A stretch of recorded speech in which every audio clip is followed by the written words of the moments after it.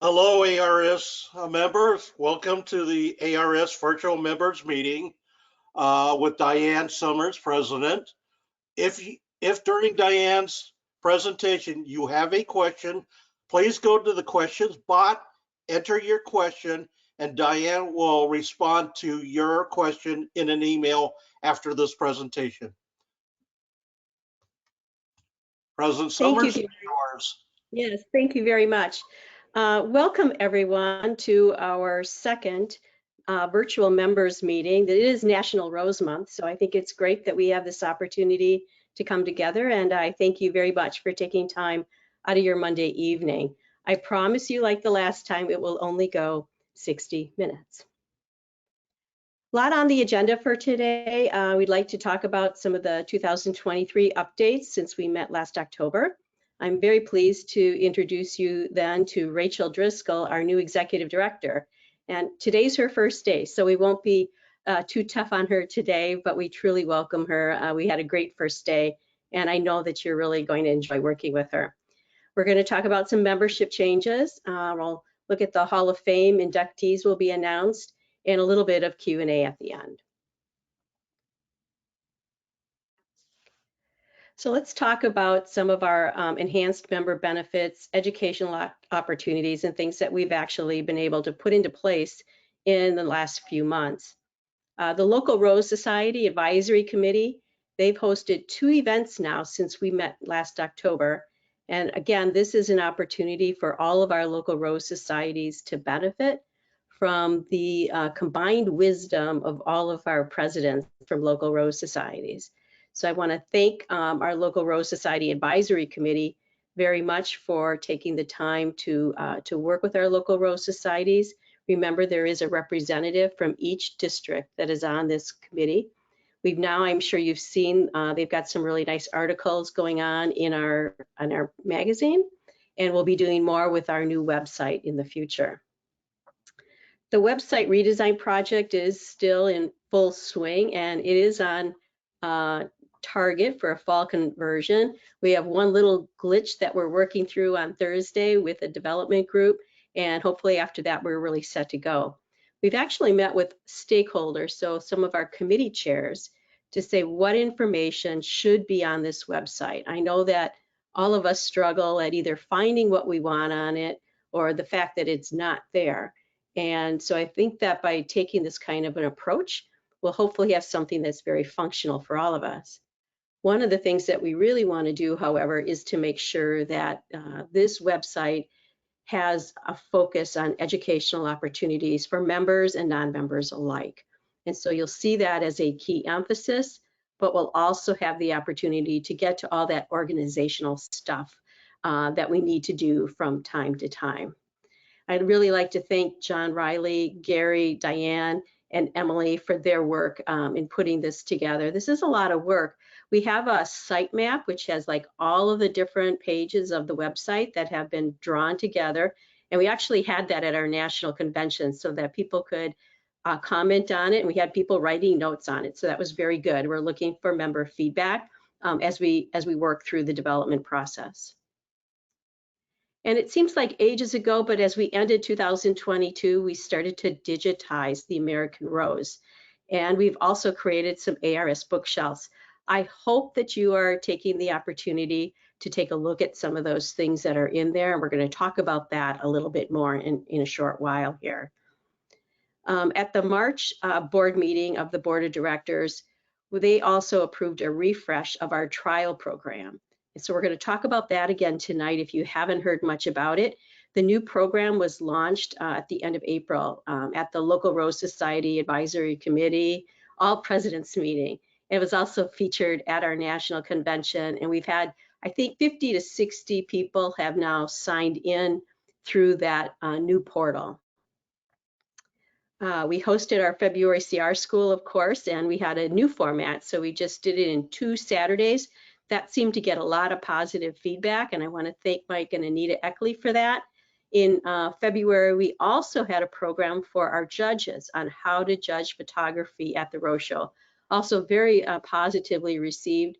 This is, it's new for us still to have photography at our Rose shows, And I can tell you as a judge, it's kind of hard because I haven't had any official training on this, but this was really helpful. And those of you that attended, if you're a judge, you did receive credit for that.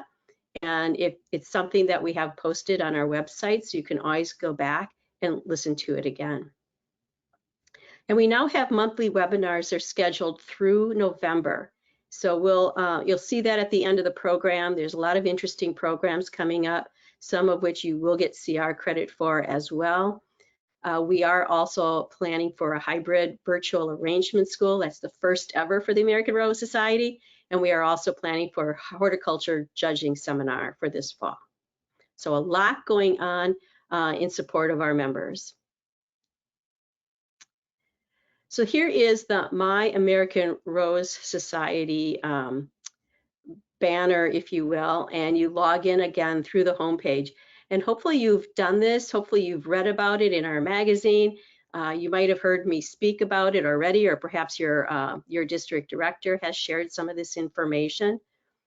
I'm not going to go through a lot of the detail, but I do want to show you that the publication bookshelves are really growing. And in fact, we now have 2. At one time, we only had 1, and Beth and I thought this was getting a little bit scrunched. And now today we are talking about maybe we need to start a 3rd one. But one of those bookshelves will have our digitized magazines.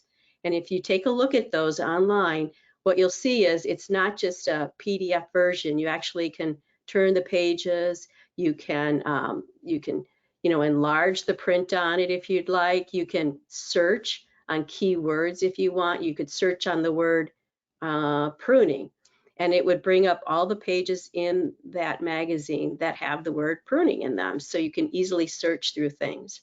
It's very nice. We are working backwards now to put in more of our annuals into the bookshelf at the same time that we have every magazine, any current magazines going onto the bookshelf. Typically, once we go to the printer with our magazine, it takes about 2 weeks for it to get printed and shipped. But within about a week of when we get it to the printer, it'll be up here on the bookshelf. So even if you just want to get an early read on something, you can certainly read it here. And then, of course, on our second bookshelf, we're starting to put other resource material. Some of the new cool things that were added was Howard Walters. All of his rambling articles are on there. Quite fascinating and interesting. This was a book that we used to sell from the American Rose Society. And so now you can page through that and again, search on things in there if you'd like. There's the book, the Rambler book, which has beautiful photographs of all of the Ramblers. Obviously, we've got other things going on with our Rambler program. And now you have availability to go through that book online. And then finally, as we announced at our national convention, we have now added the 2022 Horizon Roses. So those of you that are familiar or not with Horizon Roses, it's really where exhibitors speak their mind about those new roses that are coming on the market from an exhibition quality perspective. Now you might say, Diane, I do not like to exhibit my roses. That's fair. However, you must know that exhibitors are very picky about their roses. They have to be good growers. They have to be pretty disease resistant, because otherwise they're not going to be successful for them at the show. So whether or not you want to exhibit them, you'll find out a lot of interesting stuff about these new roses, and the individuals' names are in there and their location, so you can focus on what people are saying about certain roses in your area. And Suzanne Horn has done a great job of picking this up from our dear former president, Bob Martin, and she's did a terrific job with it this year and wanted to make sure that we have that available. So we will continue to add resources such as this for your reading pleasure, and I really encourage you to take advantage of that.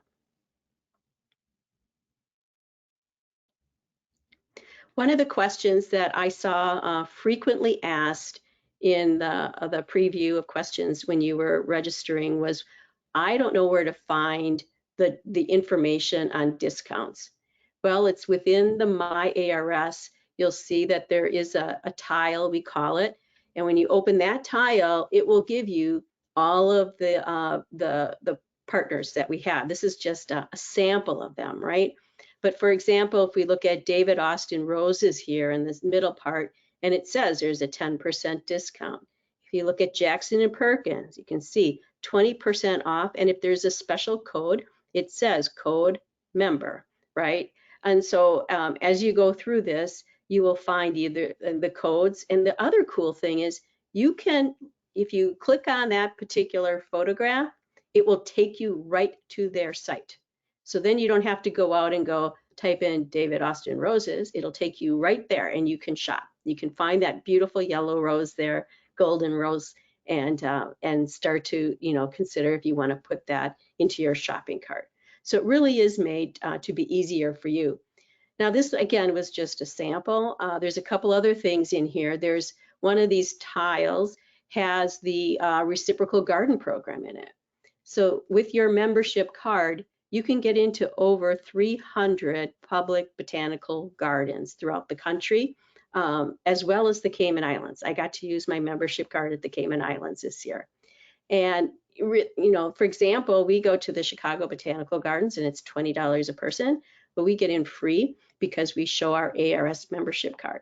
So you could click on that link that in the tile and you can search by state and city, and you can find, perhaps you're going on vacation and you can find some nice gardens that you might want to visit and not have to pay a fee to enter.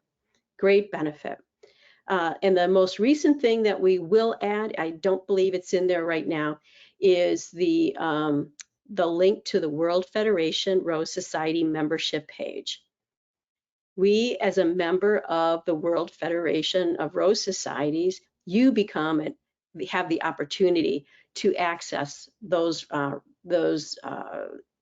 articles as well. And they put out some beautiful publications about rose gardens throughout the world, specific stories about some of the breeders, the old garden roses. I mean, it's truly really some nice material that you now have access to through this portal.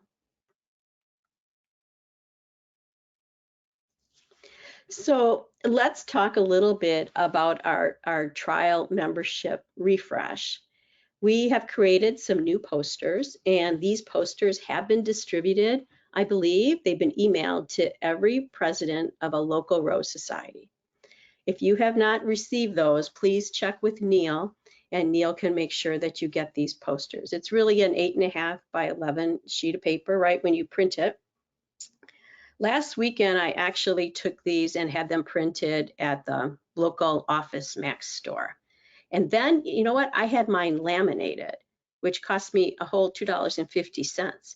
But now I have a really nice laminated poster that I can take anywhere. And you might say, well, why do I even care? And how do I want to use that? With our old 4-month trial membership program, which was great, and we used it for many, many years, you had to what? You had to get people to sign up. They had to write down their contact information. Hopefully you could read it well. You had to send that to the American Rose Society. The American Rose Society had to manually enter it into our membership database. And then we had to pull together membership material, including the magazines, and we had to mail them out.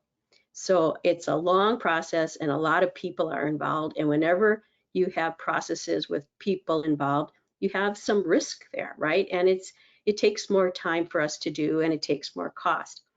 With this new program, we are using QR codes. And many of you are probably familiar with QR codes, but some of you may not. That's that little fuzzy looking box in the middle there that you can use, which really provides a link to a site. You type in your information and it automatically sends material to whoever is signing up. It is digital material, which means it is lower cost. It is immediate impact, which is a positive thing for our prospective members. And we've actually set up a special bookshelf so we can put anything we want in there, which really right now, if you look at the one in the blue, contains one of our past magazines. And it also includes that nice yellow booklet that we had on growing beautiful roses, and as well as our 10-tip brochure. So all of that is available to them online automatically. The other nice thing about it is we're capturing their contact information. They know that we're capturing it. We are following all the privacy rules that we need to follow. And we, on a monthly basis, will now take that information and break it down by district and provide it back to our board members so that the board members can send it out to people within the district, based upon the location. It's hard for us to really get to that level of detail, but we can certainly break it down to districts. So now you have an opportunity as a local Rose Society to market to these people, invite them to your Rose show, invite them to your meeting, and all of that is automatic. So we think this is going to be a great new tool. We have to get used to using it. Again, you might not be used to using QR codes. There were many people this past weekend at a garden event for Will Radler's house where people were not familiar. But once we showed them how to do it, they all thought it was pretty cool. So take the time to learn it. QR codes are very popular nowadays. They're in your newspapers, they're in your magazines. Some restaurants use them to call up their menus. So it's nothing that is, really new. And so they're used often, and many people in the public really will know how to use a QR code. And by the way, if we think back to just about 3 years ago when we couldn't figure out how to sign up for a webinar, right? This is kind of the same thing. We're learning new tools along the way. We're being more efficient and creating a better experience for people. And all of that, I think, will end up being very, very positive. So I certainly encourage you to use these tools. The posters are, we're using those for our Rose Month, National Rose Month. And so we are using those in a lot of different social media cases as well. So we hope to really jazz up membership opportunities for both our local Rose Societies and the American Rose Society. I want to talk a little bit about America's Rose Garden. Since we last talked in October, we've had our Christmas in Roseland for 2022. Total revenue of $110,000 is the highest ever. It also exceeded our budget by over $18,000. As part of this effort, the state of Louisiana funded $100,000 in new light displays. We could only use it on light displays, but it really gave us some great new lights at our Christmas in Roseland and helped drive some traffic for us. And then the Tourism Bureau actually gave us a grant for $27,000 in advertising. So both those things really helped us. We're so fortunate to have the state of Louisiana and the Tourism Bureau supporting the American Rose Society. Revenue per attendee grew by over 47% over 2022. And I forgot to put this picture in here. The Tourism Bureau in the Shreveport-Bossier area, they're going through some rebranding. And so they have a new brand for the area, which of course we are in the northwest corner of Louisiana. And so it's a picture of the state, an outline of the state with a red rose up in that corner. So they are even recognizing the American Rose Society in their new logo, which I think is very, very cool. Earlier this year, the trial garden at the American Rose Center was approved by the World Federation of Rose Societies as an international trial garden. We hosted the trial garden judging for the People's Choice Award at the National Convention that we had in early May. So that was really a success. And the first time that we've had our international trial garden test, I guess, completed.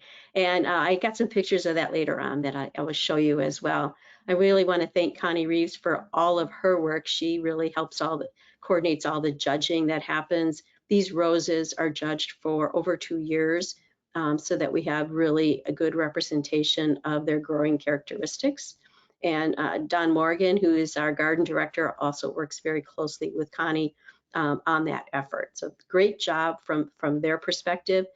In the 2023, what we just added to the garden. We've got 23 roses that came in. So, and these are hybridizers from around the world, and we want to be able to expand that and add more of those international roses into our trial program.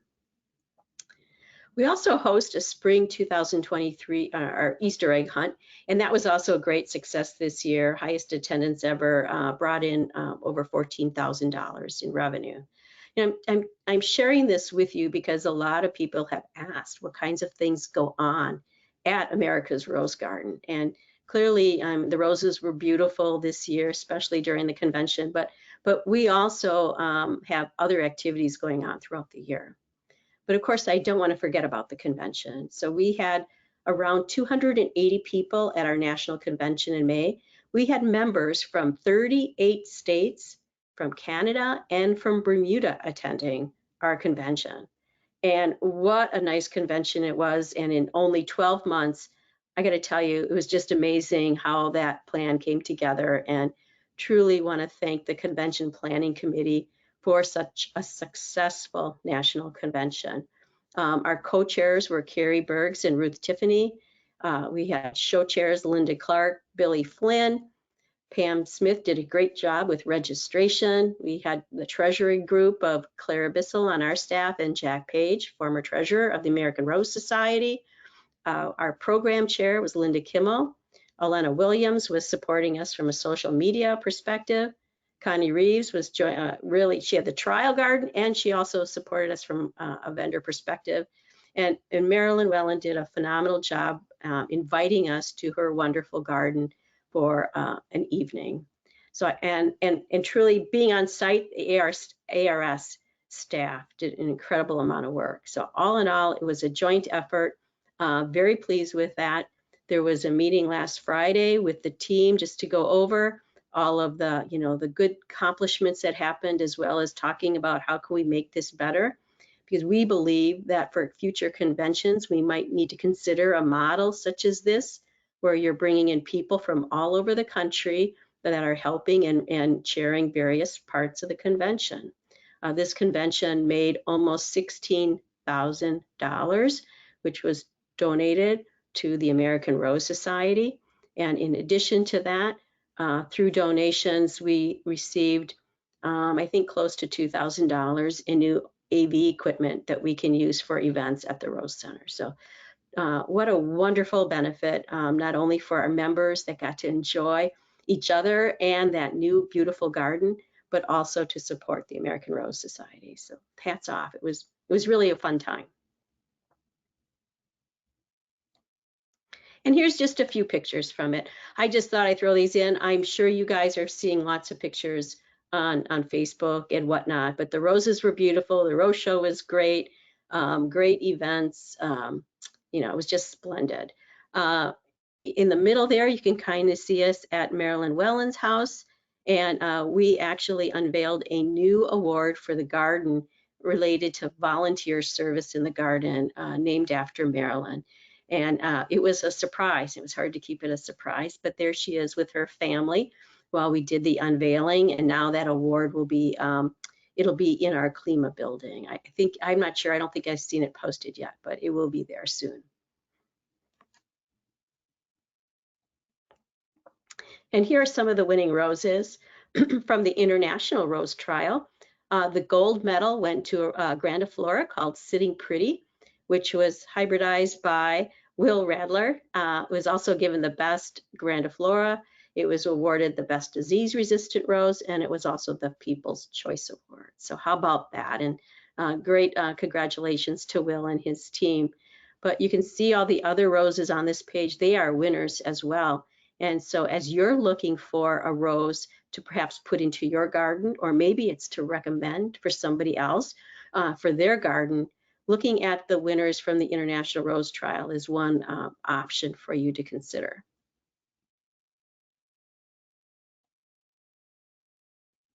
We did a press release on the trial, and I think we sent it out to all of our members. A couple other things that are still in process. We've got half a year left, right? The Rambler Initiative.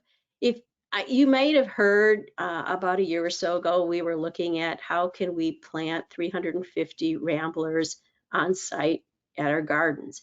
And the board had a lot of discussion about that. How can we maintain that? What kind of effort will it take to maintain all those roses? And so we've kind of been putting it on hold and looking at other opportunities to really manage this collection. The American Rose Society has the largest collection of ramblers in the United States in our garden, and it may even be the world. Claude and I were talking about that the other day. We've got to kind of check that one out. But we have about 330 ramblers right now on site. And if you've been to the garden, if you were at the convention, you saw we have these special nurseries that are established for these roses.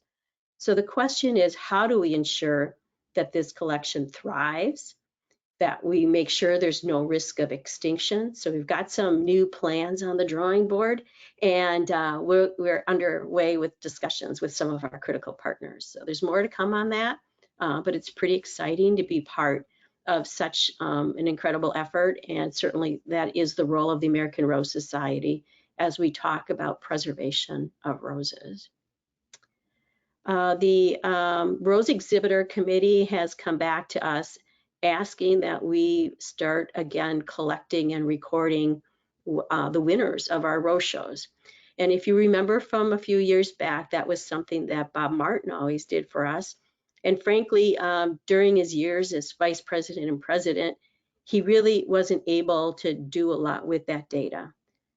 I now get it. I understand why.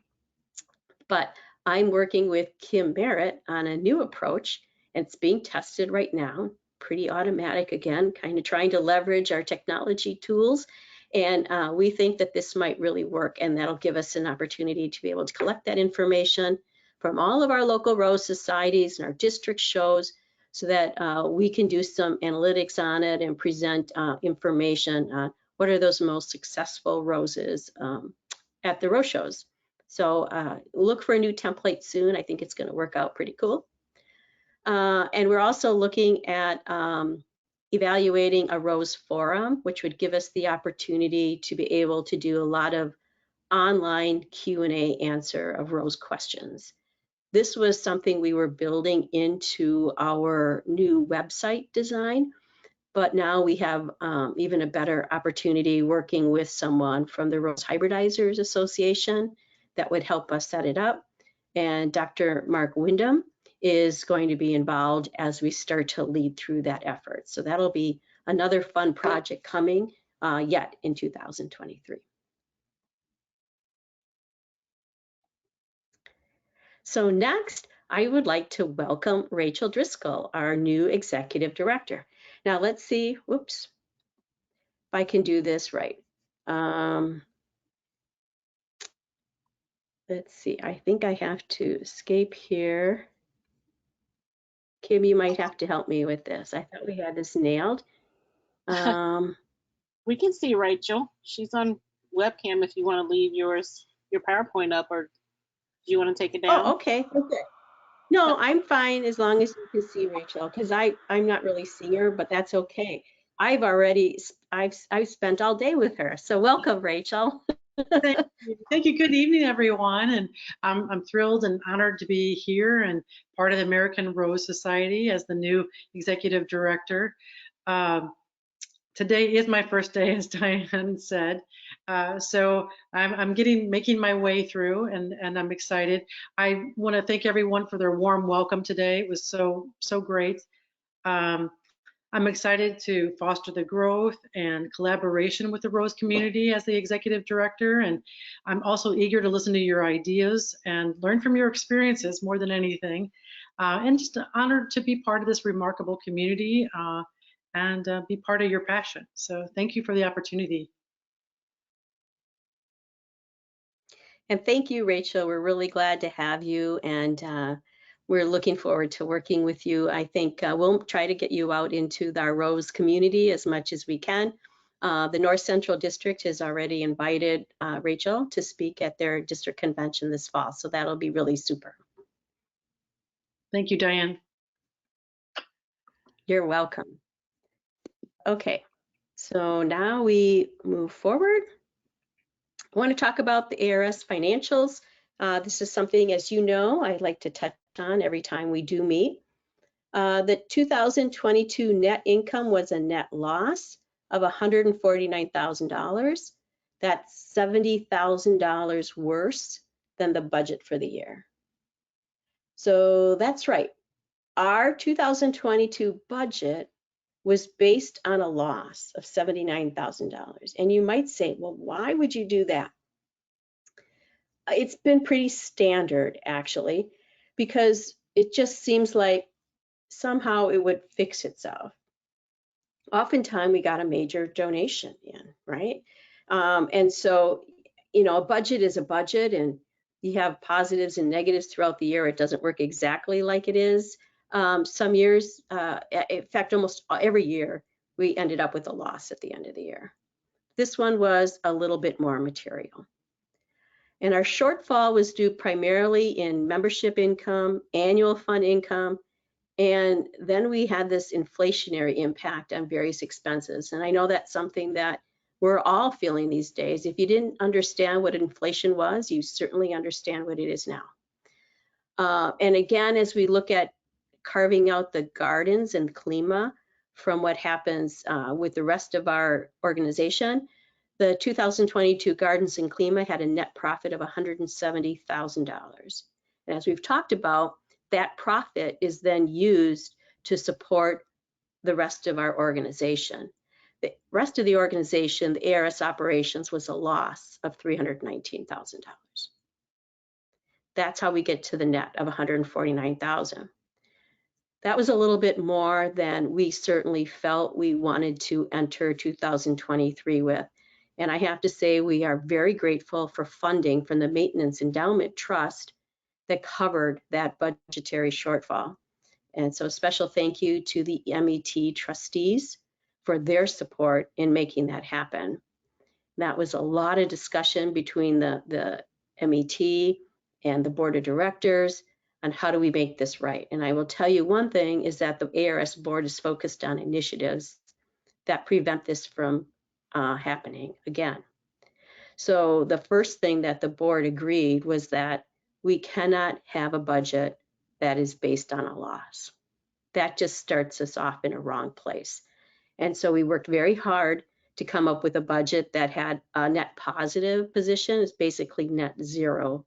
It's very close, but we worked hard on it for several months before the board actually approved the budget for 2023. Part of the things that we did to make that happen is we had hoped to do institute a 403B program. This is like your 401k kind of program for our employees. And we've had to defer that. We've got all the work done on it, but we deferred it because, again, because of the budgetary concerns. We also deferred hiring another person for the garden.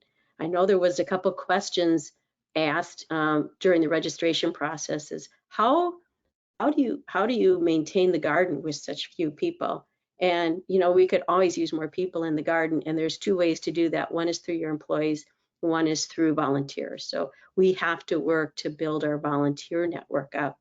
It's a tremendous opportunity to get people into the garden, and it also makes them more aware of how wonderful the American Rose Society is. So we are going to start to leverage more of a volunteer program. It's always something that we want to do. And we'll continue to work on how do we generate more income for through the Rose Garden and through the Klima building itself. We've also reduced the cost of our annual fund. So we're reducing the number of pages in the annual fund to make it consistent with our other magazines. So we did that as well. And then even the program that we just walked through, the new trial program, that itself will save thousands of dollars in costs for the American Rose Society. And we're not done yet. We continue to look at opportunities.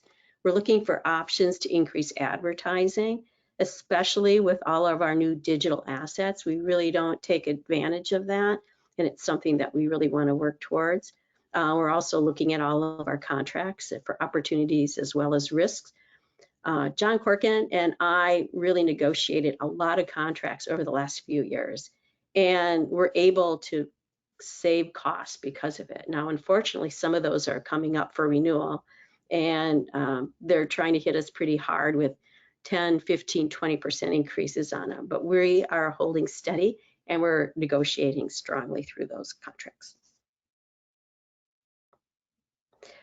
But this is also the change that I really wanted to share and talk with you guys about tonight, and that is a change in our membership structure and our membership dues.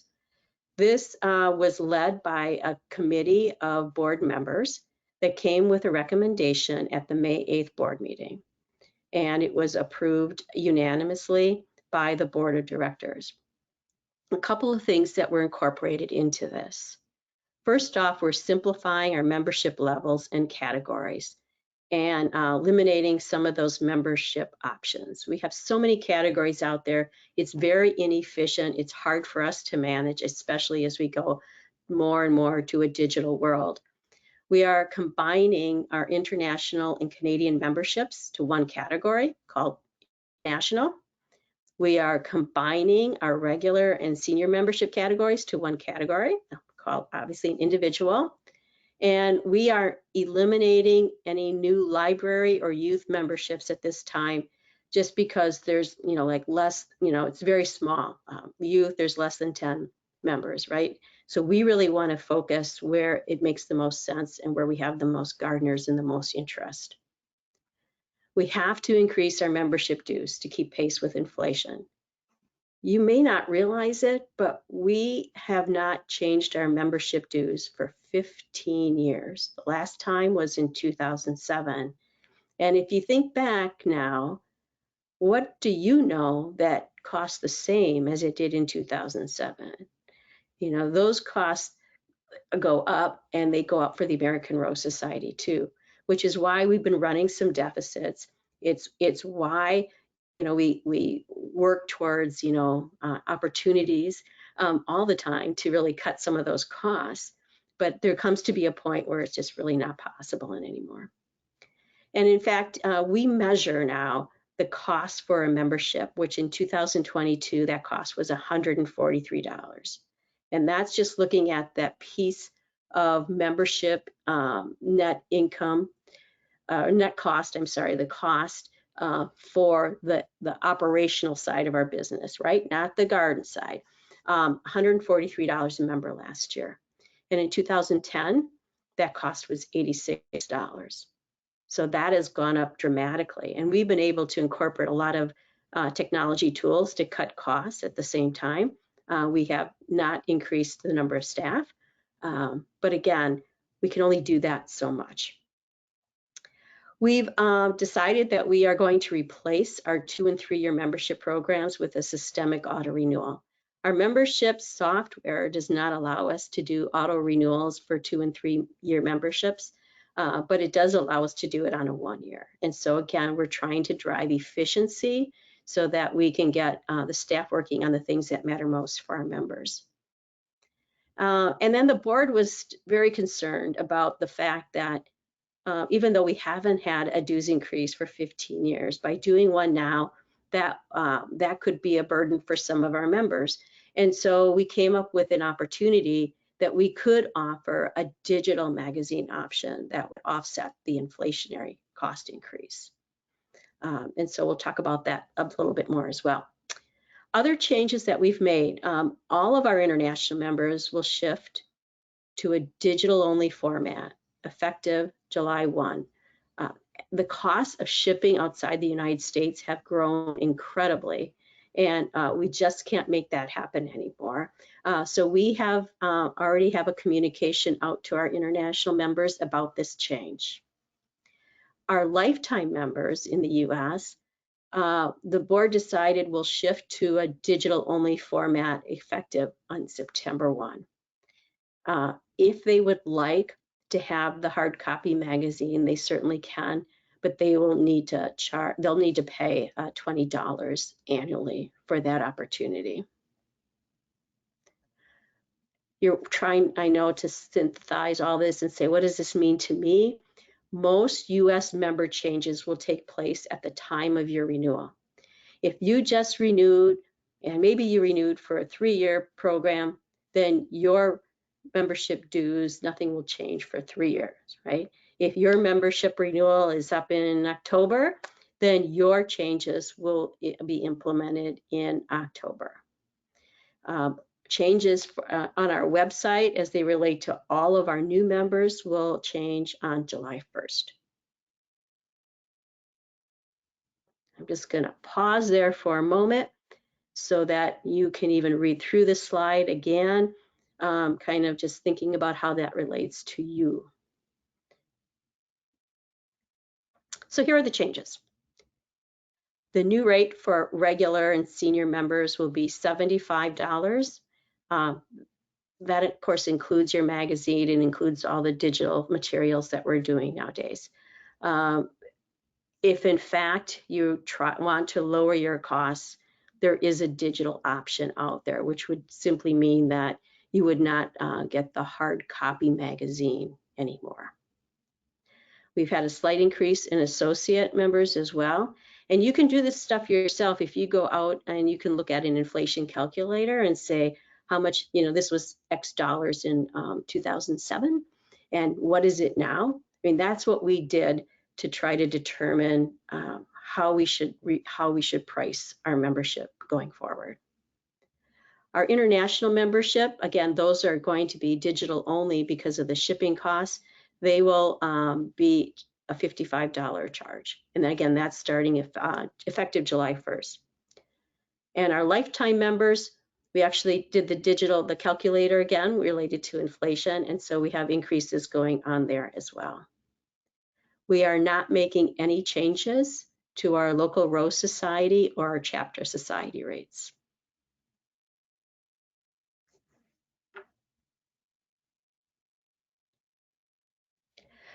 I'm sure that you're going to have questions as you think more about this, and you can jot them down into the question box so that we can answer them, or you can shoot me an email if you'd like. I'm in the process of creating a more detailed Q&A around all these changes, and I would love to have your questions so that I can incorporate that in there.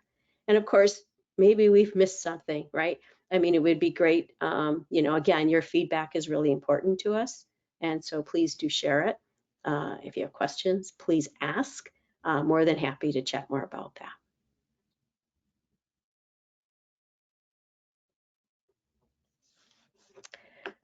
Okay, so let's go on to a little bit more fun stuff. We have the Miniature and Mini Flora Hall of Fame honorees. Dr. Jim Herring, he's the committee chair, and he asked if I would share this with you. You're probably familiar with the Rose Hall of Fame since its creation in 1999. These miniatures and mini floras have really stood the test of time. They've been there for at least 20 years in commerce, and they're recognized for their excellence and their longevity. And we've got some beauties here this year. Each year there's a call for nominations, so I hope that you've had that opportunity to participate in that. So we put it into our magazine, we put it in social media, but something to look for next year if you haven't participated in the past. And we look at roses again that have been in commerce for at least 20 years, and you can send in what are your favorite, right? And we had over 150 nominations were received this year. So 150 different roses were evaluated by the ARS Miniature Mini Flora Rose Committee in coming up with these selections.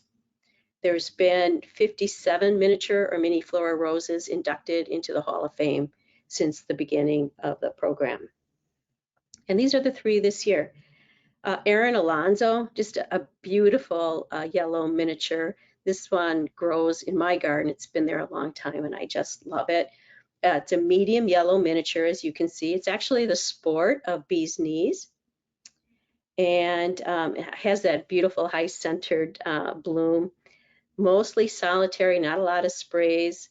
A great exhibition form, of course. No noticeable fragrance.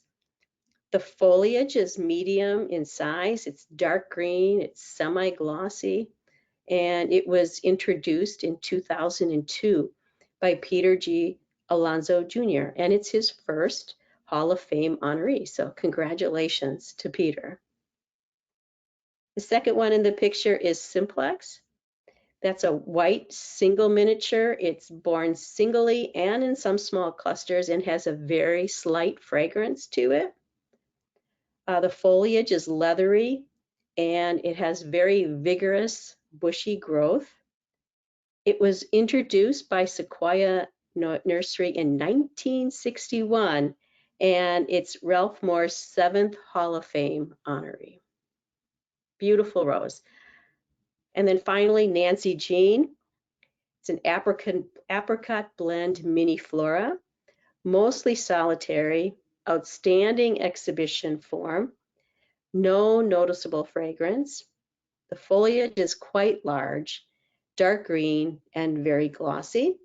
And it was introduced by Almost Heaven Roses, and it's Vernon's first introduction into the Hall of Fame. 3 outstanding roses. I have grown these 3 altogether or at some time in my 30+ years of rose gardening, and again, highly recommend them. They're a joy in anyone's garden.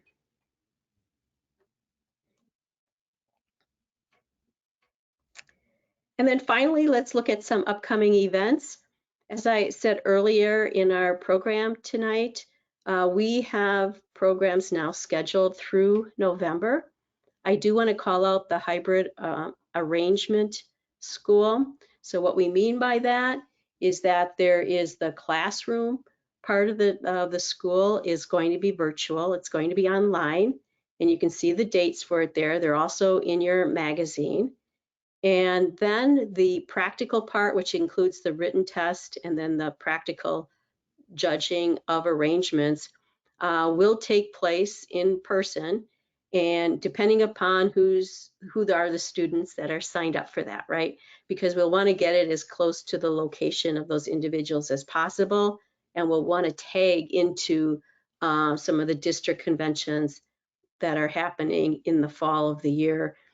Because again, we'll have arrangements already there. It makes it just a little bit easier. Also in September/October, we haven't set the dates yet, but we will do a horticulture judging seminar. So not a school, but this will be an opportunity for our judges to get the necessary credits that they might need. Both of these sessions are open to everyone. So whether you are a judge looking to get credits, you're a student wanting to become an arrangement judge, which we would truly appreciate. We're really, don't have as many arrangement judges as we would like. Or you just want to learn more about how judges judge the entries, you are more than welcome to join these sessions. They'll be quite informative. And I know you'll get a lot out of them, but you'll also have a good time. You'll enjoy them. We do have Christian Bedard speaking in August. We have Dr. David Slezak, I should back up, in July. And so, some great speakers there. Suzanne Horn is going to go through the 2023 Horizon Roses. So we'll get the latest and greatest news about new exhibition roses as they are being rated by exhibitors across the country. And in October, we have Star Roses that'll be speaking. And then in November, we have a different type of program than we've had probably before. This one is being put on by our president of the World Federation of Roses, and she lives in Australia.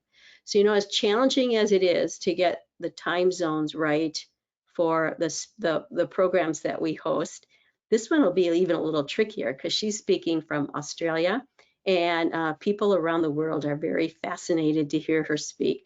So we'll have a real international presence for this program.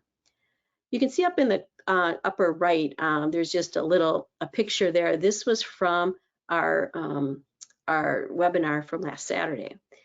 And we had a gentleman from Felco, and he, on the spot, was live taking apart his whole pruners, giving us, exactly how to clean it. I thought I had crummy old pruners, and now I know how to fix them easily, so I don't have to go out and buy new one. It was just amazing. I had a lot of people gave really positive comments about this program. So I just wanted to bring it up if you weren't able to make it. We had close to 170 people on, but I know it's a Saturday in June, right? A lot of stuff going on. It will be out on our video channel and hopefully within the next week. But great program. I know you'll get a lot out of it. I know I will watch it again and again as I'm walking through, taking my pruners apart, cleaning it, and putting it back together. And then finally, we've already started programming for 24. And the first 2 Saturdays in February, we will have our typical CR school and seminar celebrating and honoring our consulting Rosarians for the American Rose Society. So that concludes my messages for tonight.